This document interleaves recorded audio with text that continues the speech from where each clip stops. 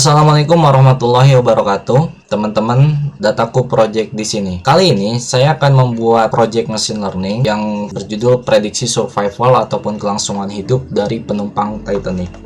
Nah, ini adalah problem definition-nya. Seperti yang sudah kita ketahui bahwa kapal Titanic itu kan tenggelam pada tahun 1912, di mana kapal waktu itu berangkat dari Southampton, Inggris menuju ke New York, Amerika.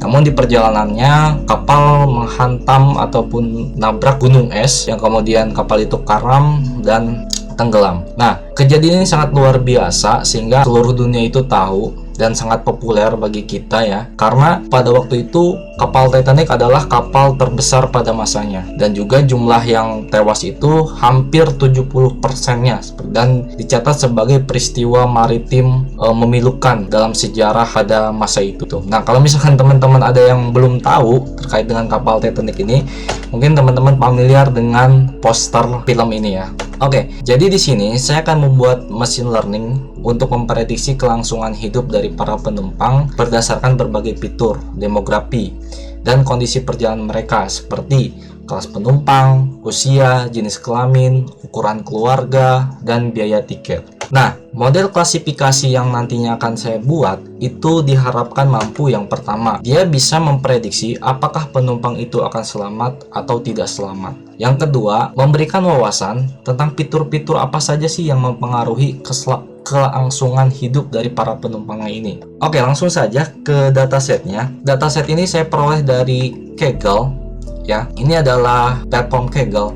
Bagi teman-teman yang belum tahu Kaggle itu apa, jadi Kaggle ini sebuah platform yang sangat populer di kalangan data scientist, karena di sini kita bisa berbagi kode dan juga mengakses kode orang lain. Dan yang paling penting adalah kita bisa mengakses ribuan dataset yang tersedia itu secara bebas. Artinya dataset yang tersedia di sini itu adalah public. Jadi teman-teman kalau misalkan comot dataset di Kaggle gitu ya, tidak perlu izin ke pemiliknya. Di Kaggle juga menyediakan kompetisi, kemudian kita bisa belajar dan masih banyak yang lainnya. Nah, untuk mendownload datasetnya, teman-teman masuk ke input. Di sini ada gender submission, kemudian test, dan juga train. Nah, kita download yang train saja gitu ya. Oke. Nah, kita download. Setelah teman-teman mendownload datasetnya, pastikan teman-teman menyimpan datasetnya itu ke direktori penyimpanan yang sedang aktif di IDE yang teman-teman pakai. Kebetulan di IDE yang saya pakai di sini adalah Spyder. Jadi kalau misalkan teman-teman ada yang pakai Jupyter Notebook atau Google Colab itu tidak masalah, sama saja. Hanya saya lebih nyaman saja untuk mengerjakan project itu di Spyder. Nah, saya asumsikan teman-teman sudah punya datasetnya dan ditempatkan di direktori yang sedang aktif ya. Langkah selanjutnya, saya akan mengimport library basic yang dibutuhkan.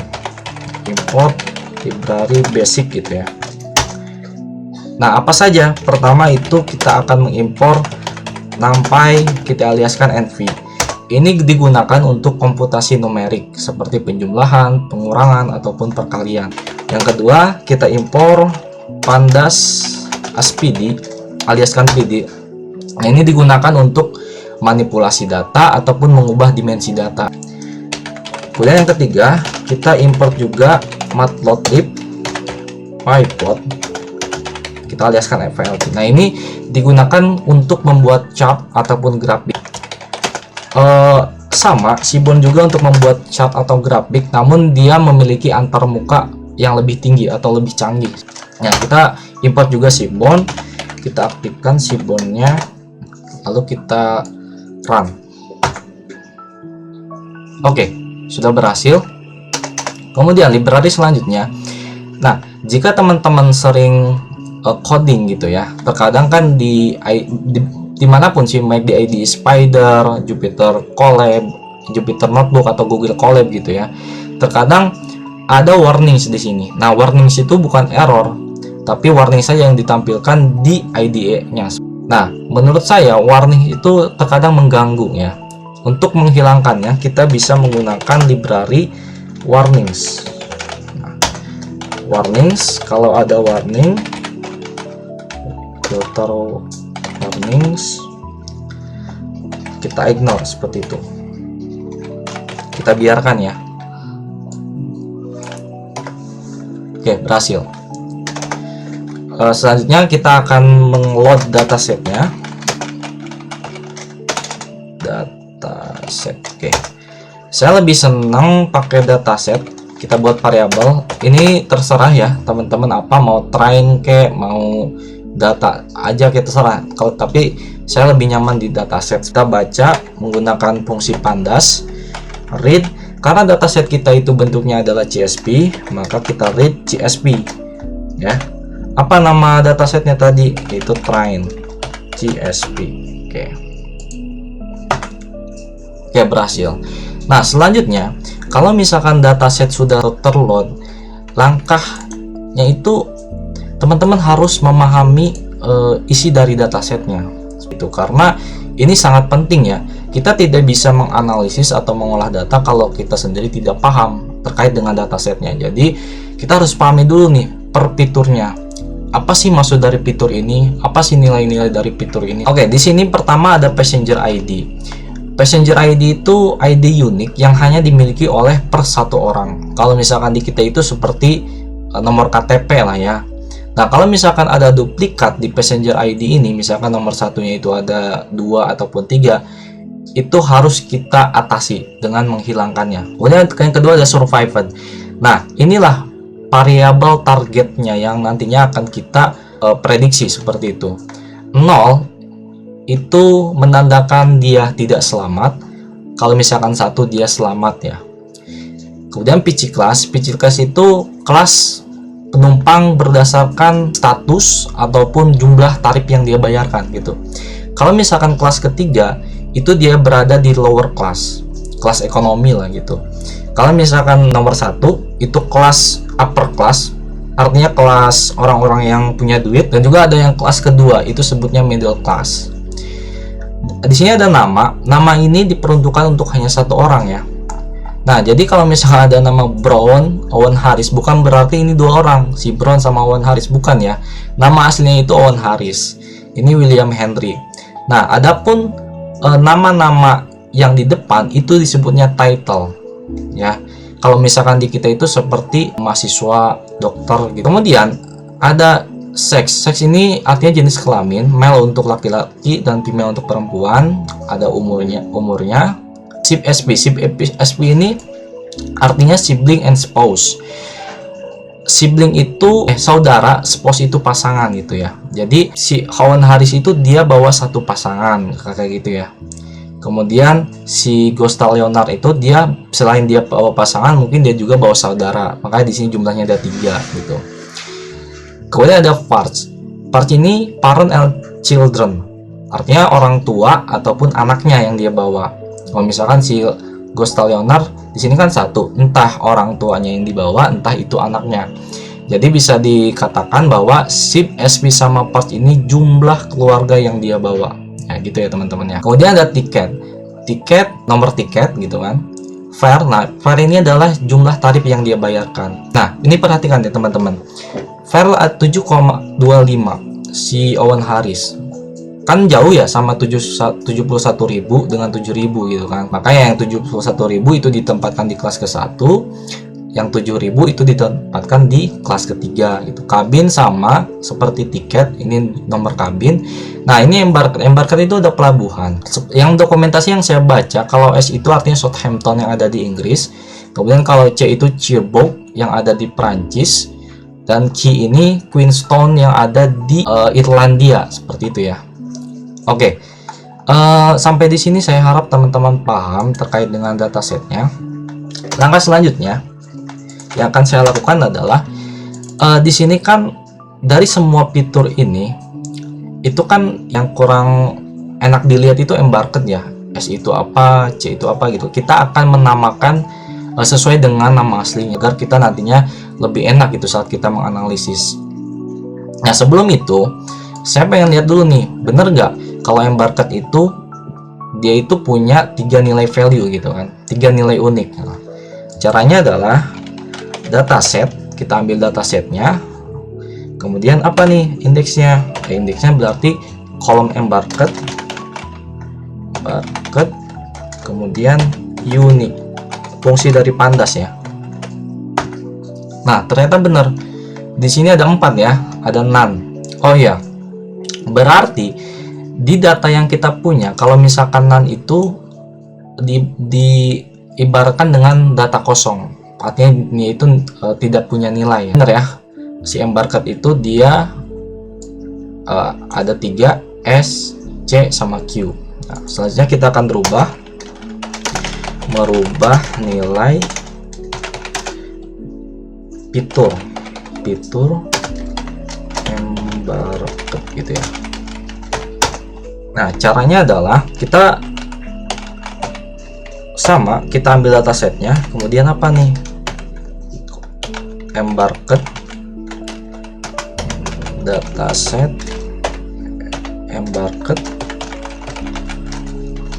Kemudian di sini kita gunakan fungsi replace ya, artinya mengganti nilai. Apa aja nih kita buat dictionary? Pertama itu adalah apa nih? S kita rubah menjadi Southampton. Oke, begini ya. Kemudian yang kedua, C itu kita rubah menjadi Cherbourg. Oke. Terus ada key itu kita rubah menjadi Queenstown. Nah, semoga nggak salah ya penamaannya. Kalau misalkan salah, ya mohon maaf gitu. Kita eksekusi. Oke, berhasil ya. Nah, kita lihat lagi. Berhasil ya, embarcode sudah berhasil kita rubah. Nah, selanjutnya apa yang akan kita lakukan adalah kita mengecek informasi dari dataset yang kita punya. Misalkan berapa sih kolomnya, berapa sih record ataupun barisnya gitu kan, apa saja sih fitur-fiturnya gitu. Sebenarnya kita sudah tahu sih tadi ya, fiturnya itu ada apa saja, tapi lebih enak kayak gini lah. Cek informasi dataset, kita gunakan dataset.info. Info ini dari yang ada di Pandas juga ya. Ini teman-teman, ternyata datasetnya itu terdiri dari 891 baris, mulai dari indeks ke 0 sampai 890, sedangkan kolomnya itu ada 12. Oh ya, kalau di Python itu indeks itu mulai dari 0 ya, bukan dari 1. Kalau misalkan di sini 11 bukan berarti 11 kolom gitu, tapi 12 karena kan dimulai dari 0. Ini tipe datanya ya, kalau survival itu integer itu artinya numerical, objek itu kategorikal, sementara float itu numerical, sama gitu ya. Nah, ternyata egg ini punya missing value teman-teman. Kenapa? Karena yang lain itu 891 baris, egg itu cuma 714 baris. Sama ini kabin, kabin ya, ini sama nih kabin. Kemudian apa lagi nih? Oh, embarcode ya. Nanti kita cek lah lebih jelasnya. Oke, kita cek menggunakan cek missing value ya. Lebih mantap lagi kayak gini. Dataset is null, apakah ada null gitu kan. Nah, kalau misalkan ini kita run itu kalau misalkan ada null itu dia true nilainya, memunculkan boolean ya, true sama false. Kalau misal false itu nggak ada null, tapi akan sulit sih. Kita pakai sama aja, kita langsung jumlahkan nullnya di masing-masing fitur gitu kan. Nah, benar ya, egg itu ada sekitar 177 yang bernilai 0. Untuk kabin ada sekitar 687. Ini gede banget ya. Kita saja punya barisnya itu cuma 891, sedangkan jumlah nanya itu ada 687. Wah, ini sekitar 80% ya kan. Embarcode ada 2. Nah, ini nilai-nilai ini nanti akan kita tangani di fitur engineering. Kalau misalkan eksplorasi data analisis, kita hanya lihat-lihat saja datanya gitu kan. Kita cek nilai yang hilang, kita cek apakah ada nilai outlier gitu, kita cek distribusi datanya. Oke, kita cek ya distribusi datanya. Cek menggunakan statistik deskriptif. Nah, cukup kayak gini teman-teman. Misalnya gini aja, ringkasan dataset gitu kan, dataset describe. Oke, kita cek. Nah, ini teman-teman, saya gedein aja deh. Ini adalah statistik deskriptif dari data kita. Yang munculnya itu adalah count, mean, standar deviasi, mean. Nah, kalau misal count itu jumlah baris. Seperti yang sudah tahu ya, adalah 891 untuk kecuali egg ya, 714. Kemudian rata-ratanya itu kalau survival itu 0,38, pitch class 2,3. Nah, umur ini rata-ratanya 29,6 tahun, 29 tahun ya. Kemudian fair tarifnya itu rata-ratanya 32.000. Ini maksimalnya. Jadi ini minimal itu ada bayi juga yang ikut usianya 0,42 dan maksimalnya orang tua usia 80. Dan ini sangat jomplang ya untuk tarif. Ada yang nggak bayar sama sekali dan ada yang bayar sampai 512.000 dolar. Itu saja menurut saya ini ada outlier. Outlier itu nilai pencilan yang berbeda dengan nilai yang lainnya gitu kan. Nanti kita bahas. Nah, cara menentukan apakah ada nilai outlier atau tidak. Lihat saja nih mediannya nih. 50% itu artinya median. Kalau 25% itu kan kuartil pertama, ini kuartil kedua. Itu sama saja dengan median. 75% itu kuartil ketiga. Nah, kalau misalkan mediannya itu mendekati rata-rata, itu nilai outliernya kemungkinan kecil. Seperti pitch class kan 2,3, mediannya 3 ya kan, mendekati lah ya. Kemudian umur 29,6, mediannya 28, itu mendekati juga lah ya. Nah, ini yang beda nih. Fair rata-rata 32, sementara mediannya cuma 14. Wah, jauh sekali. Dan cara ngeceknya juga bisa melalui standar deviasi. Semakin tinggi nilai standar deviasi dengan rata-rata ya, itu semakin tinggi juga kemungkinan ada outlier. Misalkan rata-rata 32, standar deviasi 49 kan jauh ya, kemungkinan ada outlier. Juga sama nih 29, ternyata standar deviasi 14, kemungkinan ada outlier. Nanti kita cek lah ya, kita cek nanti di analisis selanjutnya. Kita lanjut, kita cek data duplikat ya, kita cek data duplikat. Nah, mengecek outlier, mengecek nilai yang hilang dan juga data duplikat itu sangat penting teman-teman, karena nantinya akan merubah semuanya di fitur engineering. Kalau misalkan kita tidak tahu ada berapa data yang hilang gitu kan, apakah ada outlier atau tidak, kemudian duplikatnya kita tidak cek, kemudian pas fitur engineering kita tidak rubah, itu akan mengganggu ketika pemodelannya nantinya. Bahkan nantinya tidak jalan, mesin learning itu tidak jalan karena ada nilai yang hilang tadi. Kita cek data duplikat, berarti kita lakukannya duplikat ID. Dari semua fitur ini tidak semuanya harus kita cek data duplikatnya ya, karena memang ya kalau misalkan egg gitu ya ada duplikatnya, kemudian sek juga ada duplikatnya gitu. Yang perlu kita cek itu cukup satu, yaitu passenger ID-nya. Kalau misalkan ini ada yang duplikat ya kita harus hilangkan ya, kita harus hapus. Oke, kemudian dataset duplicated gini ya, duplicated apa nih, subset dari passenger ID mana? Nah, ini artinya kita mengambil dataset, kemudian dataset kita ya cek duplikatnya, yang dicek apa? Passenger ID gitu kan. Nah, coba kita lihat ya, apakah ada? Wah, ternyata tidak ada ya, aman, kosong ya teman-teman ya. Kemudian yang kita lakukan adalah kita akan membuat univariate analysis. Univariate analysis itu kita membuat sebuah visualisasi, namun hanya satu fitur saja gitu. Kita cek frekuensi dari setiap fitur, frekuensi datanya kan. Univariate analysis gitu ya. Nah, jadi gini teman-teman, ini agak panjang ya. Untuk univariate analysis itu saya akan membagi dua jenis data, yaitu jenis data kategorikal sama data numerikal. Pertama itu data kategorikal. Jenis data itu kan ada yang saya tahu kan ada 3. Ada jenis data date time, berhubungan dengan waktu, kemudian data kategorikal sama jenis data numerikal. Nah, numerikal itu dibagi lagi menjadi 2. Ada namanya discrete, ada continuous. Discrete itu ada karena dia itu dihitung count gitu kan. Misalkan jumlah orang di kelas, jumlah orang yang naik kendaraan, itu data diskrit.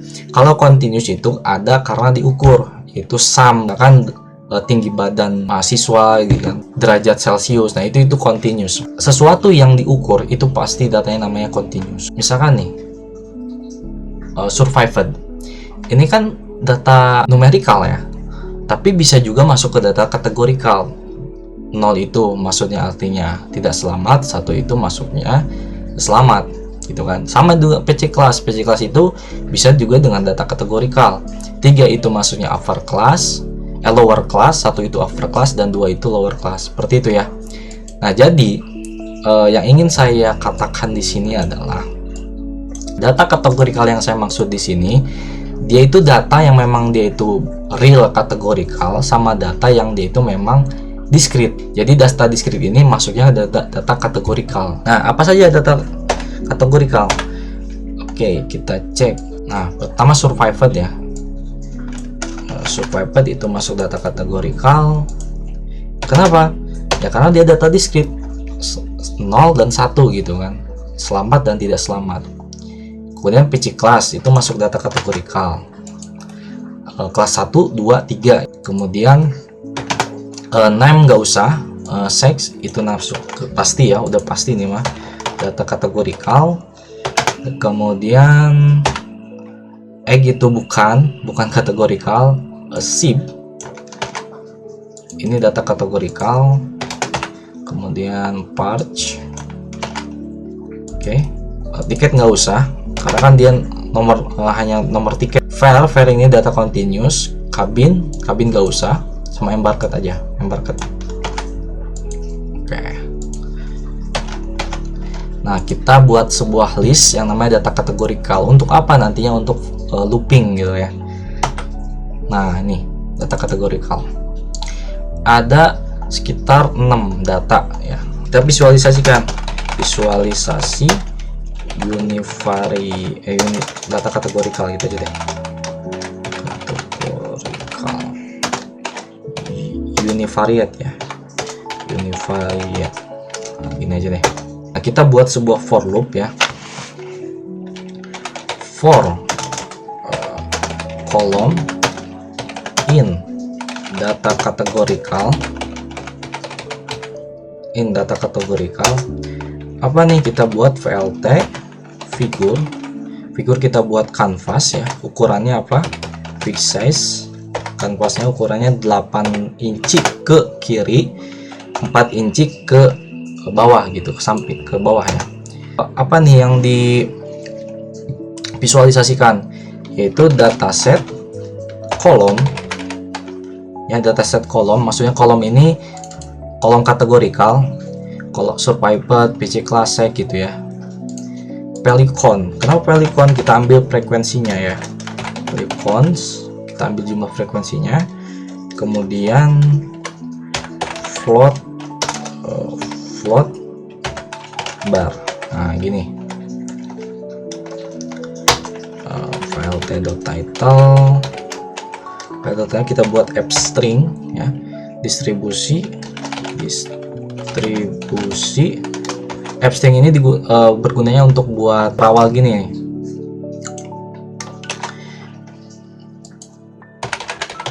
Nah, jadi kolom ini maksudnya app string ini nanti dia ngambil per masing-masing kolom namanya gitu ya. Kemudian plt x labelnya kolom, dan plt y labelnya itu adalah jumlah. plt.show. Nah, kita lihat ya. Oke, ini cukup.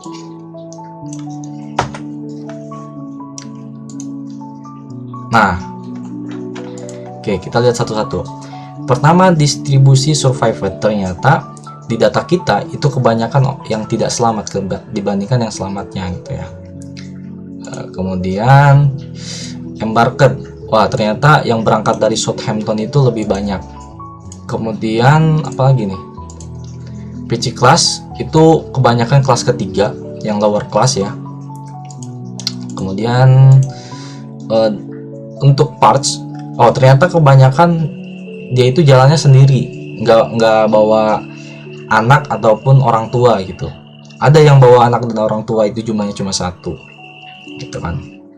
Bukan jumlahnya satu, maksudnya kebanyakan bawanya cuma satu orang gitu, entah itu orang tuanya entah itu anaknya. Kemudian apa lagi nih, oh ya, kebanyakan ternyata apa ini, male female, sorry, kita gini deh nah kita take layout. Oke, male female, ternyata kebanyakan laki-laki yang berangkat ya. Dan terakhir ya, untuk yang membawa pasangan ataupun saudara juga kebanyakan yang berangkat sendirian, tidak membawa pasangan. Yang bawa pasangan atau keluarga cuma hanya satu orang yang dibawa itu, yang dua orang ada juga gitu kan. Nah, ini kita bisa lihat frekuensi datanya dari univariate. Nah, selanjutnya kita akan bikin data numerical. Berarti numerical itu selain dari data kategorikal tadi ya. Oke, apa saja nih? Pertama mungkin ini nih, X ya, X. Terus yang kedua itu var. Oke, kita eksekusi. Oke, sudah ya, data numerical 2, cukup 2 ya, karena yang lainnya enggak ya. Tiket nggak usah, kabin juga nggak usah, nama ataupun kayaknya nggak usah lah ya. Nah, kita buat for loop juga sama kayak gini teman-teman. Ini agar cepat aja ya. Datanya berarti ini numerical, kemudian fixation sama, dataset count, value count. Oh ya, ini berarti pakainya histogram karena dia kan continuous, nggak mungkin kita pakai plot bar ya, akan menumpuk dia. Histogram base-nya kita pakai 13 saja, 13. Ayo kita pakai plt.tag layout biar kelihatan ya, nggak kayak tadi. Kayak gini aja deh. Oke, coba kita lihat data distribusinya. Kebanyakan untuk var yang tidak bayar teman-teman, yang bayarnya rendah lah, seperti itu, antara ya 0 sampai 5 gitu kan. 0 sampai 5 itu sangat rendah sekali. Kemudian untuk usia itu kebanyakan usia balita yang masuk ke kapal Titanic itu. Kalau misalkan usia-usia yang lainnya itu sedikit sekali ya. Ya kebanyakan usia anak-anak kecil ini ya. Oke, itu kita sudah lihat distribusi datanya dari univariate analysis. Sekarang kita akan buat namanya bivariate analysis. Bivariate analysis. Nah, bedanya apa dengan univariate? Kalau uni kan berarti satu ya, berarti satu fitur. Kalau bivariate artinya dua fitur. Jadi kita akan memvisualisasikan dua fitur mana aja, yaitu fitur independent dan dependent biasanya. Jadi gini, kalau misalkan ini kan fitur dependentnya itu kan survived ya, sedangkan yang lainnya kita anggap fitur independent. Misalkan nih dari umur,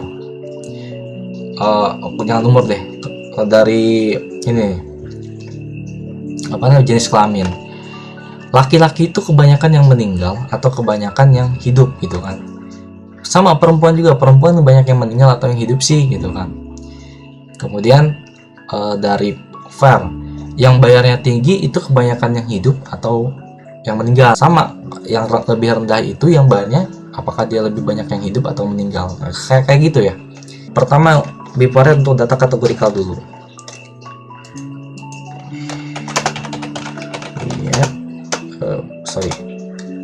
Data ini deh, kategorikal bivariate visualisasi ya. Nah, karena data kategorikal ini kan ada survived tadi ya, berarti survived itu kita harus hilangkan. Masa kita akan menganalisis hubungan antara survived dengan survived ya kan? Nggak perlu gitu. Cara menghilangkannya adalah kita buat data kategorikal ya, data kategorikal kita hilangkan dataset, data categorical, kita drop apa nih, drop kolom survivor. Eksisnya 1 ya, kalau 1 itu untuk kolom, kalau 0 itu untuk baris ya. Oke,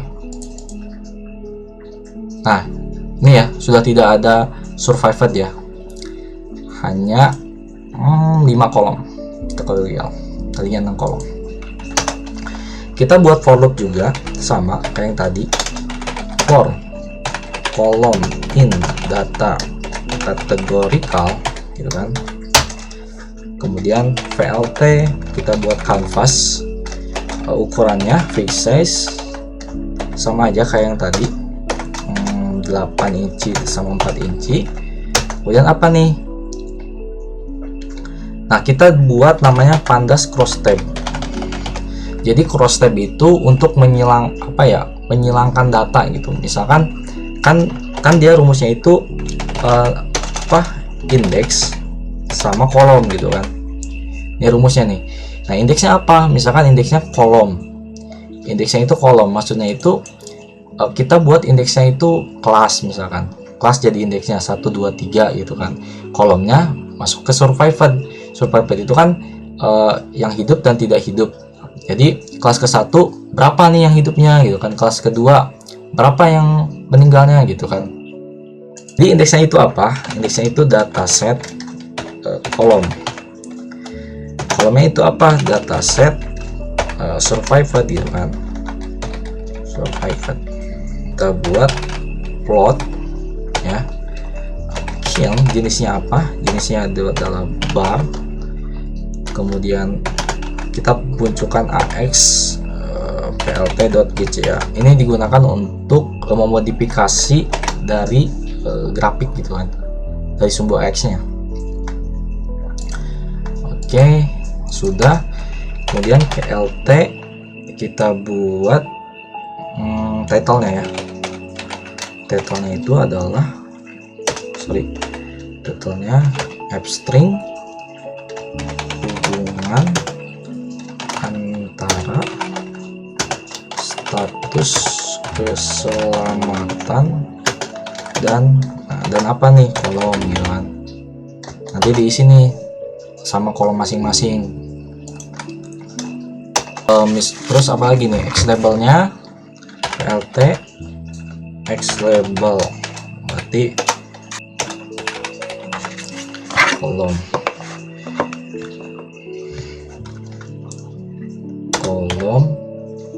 kemudian kita langsung plt.legend, kita buat legendanya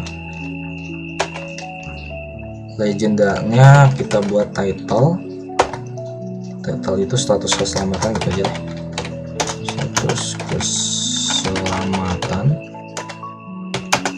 Kemudian labelsnya tidak selamat dan selamat itu. Oke, kayak gini ya. Nanti kita munculkan ini plt.show. Ini teman-teman,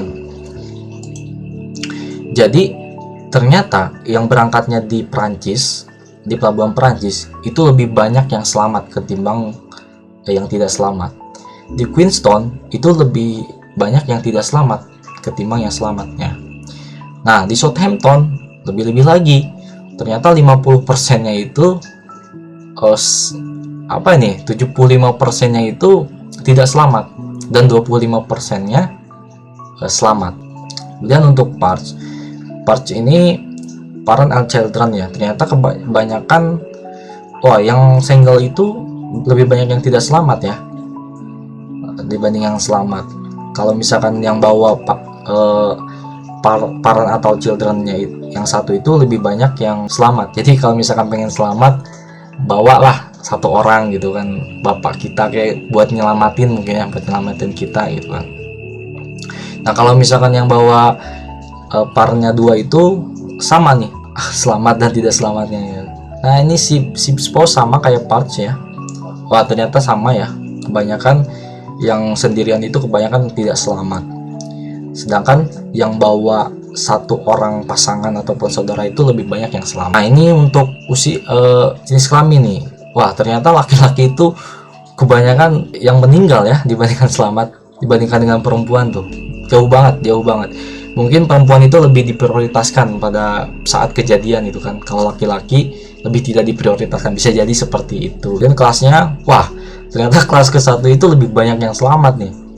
Ya mungkin dia lebih banyak fasilitasnya ya, akses ke skocinya juga banyak mungkin kan, akses ke awak-awak kabinnya juga gampang dibandingkan yang kelas ketiga nih. Wah banyak yang meninggal. Kalau misalkan middle class ya sama lah antara yang selamat atau tidak selamat. Itu untuk data kategorikal. Oke, selanjutnya kita akan membuat visualisasi data numerikal yang bivariatnya gitu ya. Visualisasi data numerikal bivariat. Nah karena kan datanya itu kan X sama var, ini nggak ada perubahan karena memang yang akan kita analisis itu data numerikal X sama var ini ya. Kita langsung saja buat for column in data numerical. Jadi kolom ini akan diisi oleh data-data numerikal yaitu var dan X. Apa nih VLT, kita buat figurnya, figur kosong, free size nya itu samakan saja 8 dan 4. Nah di sini kita akan buat box plot untuk visualisasinya, jadi bukan barcode ataupun histogram ya. Dataset, sekalian kita cek outliernya, maksud saya gitu. Dataset box plot, kolomnya apa nih? Kolomnya ya kolom itu maksudnya si var sama si X. By apa? By survived. Nah, gridnya kita hilangkan saja, nggak usah pakai grid. Kemudian AX nya PLT TTCL, kita untuk modifikasi AX nya ini. Kemudian plt.title, matploy.title kita buat f string distribusi kolom berdasarkan status keselamatan gitu ya. Kemudian plt subtitle. Nah subtitle ini jadi kalau misalkan di boxplot itu kan biasanya langsung ada judul defaultnya ya.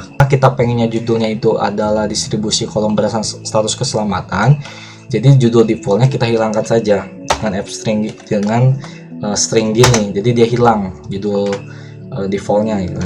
plt.title plt.title lagi, label labelnya status keselamatan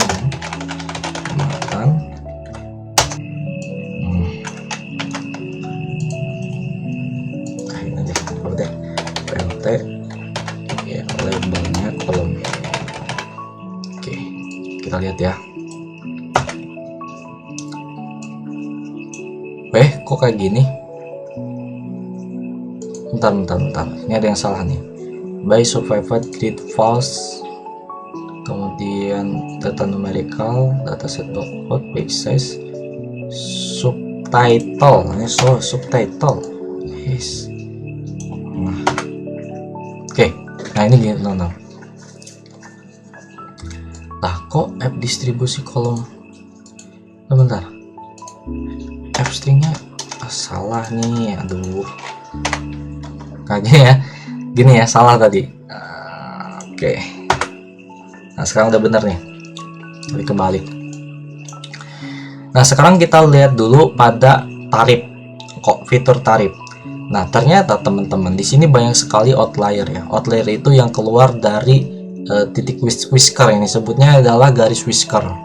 Ya kalau misalkan garis yang di atas ini adalah kuartil ketiga atau 75%. Kalau yang di tengah itu kuartil kedua atau 50%, sebut juga dengan median.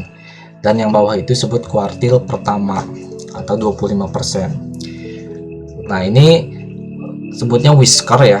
Bagusnya boxplot itu seimbang kotaknya. Karena di sini banyak outlier, maka dia tidak seimbang. Apa yang bisa kita ambil dari sini, ternyata orang-orang yang membayar ya, orang-orang yang membayar dengan jumlah tarif yang lebih tinggi, nah, bener kan, ada yang 500 itu ternyata bener kan outlier pas distribusi tadi ya.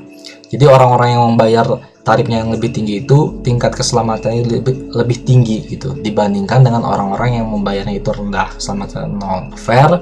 Kemudian untuk ataupun umur ini tidak ada bedanya teman-teman. Dia mau umur berapapun ya, status keselamatannya itu dia bisa meninggal dan bisa juga selamat. Bisa dilihat ya, tidak terlalu signifikan, dan outliernya juga tidak terlalu banyak ya outliernya. Dan rentangnya juga cukup tinggi teman-teman. Jadi ada yang usianya 0 atau bayi, sampai ada juga yang usianya 80 tahun seperti itu. Oke. Univariate sudah, bivariate sudah. Sekarang kita akan analisis multivariate analisis. Nah, bedanya apa? Kalau multivariate itu berarti banyak fitur. Jadi banyak fitur, kita melihat hubungan antara fitur yang satu dengan fitur-fitur yang lain. Kita langsung buat saja. Jadi kita pengen tahu dulu nih korelasi antar fiturnya seperti apa. Kita buat numerik. Jadi kalau misalkan korelasi itu kan dia hanya mengambil nilai-nilai numerik saja ya. Jadi nilai-nilai yang ada none gitu, nilai yang kosong itu tidak diambil gitu. Makanya kita buat dulu variabel numerik. Artinya kita pengen membuat sebuah korelasi yang nilainya itu ya numerik saja. Saya dulu dataset select details include, hanya pengen numpai number gitu ya. Oke. Kita buat korelasi sama dengan apa nih, dari numerik tadi. Kita korelasikan. Nah, kita tambahkan ABS. Jadi kan kalau misalkan kita tidak tambahkan ABS kan korelasinya ada minusnya ya, minus sampai ke 1. Tapi kalau misalkan ada ABS, kita pengen yang nilai-nilai positifnya saja seperti itu. Nah, ini korelasinya nih teman-teman. Nah, ini kan nggak ada minusnya ya. Kalau misalkan kita tidak pakai ABS, cuma nanti ada nilai-nilai minus. Cuma saya lebih enak tampilannya yang nggak ada minusnya lah, gitu kira-kira. Nah, ternyata bisa dilihat ya bahwa survived itu sangat berkorelasi dengan fair nih, dengan PC class nih. Dengan PC class sangat berkorelasinya sangat tinggi. Kemudian dengan fair juga sangat tinggi dia. Nah, PC class dengan survived ya tadi ya. PC class dengan egg berkorelasi juga sangat tinggi. Nah, ini bisa dilihat ya, semakin tinggi nilainya berarti dia semakin berkorelasi. Kalau misalkan semakin kecil nilainya, dia semakin tidak berkorelasi, seperti itu. Lebih enaknya kita pakai visualisasi saja kali ya. Visualisasi multivariate gitu aja deh. Variate. Kita gunakan multi.figure config size nya ini agak dibedakan ya karena agak lebar gitu ya, agak lebar. Kemudian tingginya juga agak tinggi karena kan banyak fitur ya kan. Kita gunakan fungsi Seaborn heatmap. Datanya apa? Datanya korelasi. Kemudian FMT itu nilai yang ada di kotak heatmapnya itu pengen berapa angka gitu. Saya pengennya itu 2 angka aja, 2F gitu ya. Jadi 0,05 misalkan ada berapa 2 angka di belakang 0, 2 angka di belakang koma gitu kan, 2 angka di belakang koma maksud saya gitu. Kemudian anode itu garis barnya kita tampilkan supaya kita pengen lebih jelas ya. Semakin dia tinggi berarti dia semakin berkorelasi, semakin rendah dia semakin tidak berkorelasi. Kemudian CMap itu warnanya ya, warnanya itu pakai YL GNDU gitu aja deh. Width-nya line width 0,5. Oke. LP.title. Title-nya sebutnya korelasi antar variabel. Itu aja deh. Oke. Coba kita coba fmt 2f menuju Gmail. Nah, ini teman-teman ya, berhasil ya, korelasi antar variabel. Jadi semakin tinggi itu warnanya dia hitam ya, warnanya keungu-unguan. Kalau misalkan semakin rendah warnanya kuning. Nah, bisa lihat ya, SIBS itu sangat berkorelasi dengan Parch. Kemudian PC class itu sangat berkorelasi dengan var.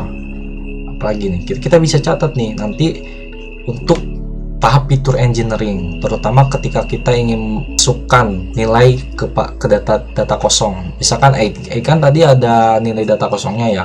Nah, kita isikan saja tuh dengan median antara SIB-SP dengan PC class misalkan, karena kan dia berkorelasi nih. Nantilah itu di fitur engineering. Ini adalah fitur-fitur yang berkorelasi di dataset Titan nih. Nah, itu dia tahapan eksplorasi data analisis sangat panjang karena memang kita melihat fiturnya satu persatu. Tadi kita lihat ada nilai 0, kemudian ada outlier gitu kan. Kita juga melihat tadi distribusi datanya. Nah, itu semua nantinya kita akan lakukan perubahan-perubahan itu di fitur engineering. Jadi sampai di sini saja, semoga bermanfaat ya. Nanti kita akan lanjutkan di tahap fitur engineering.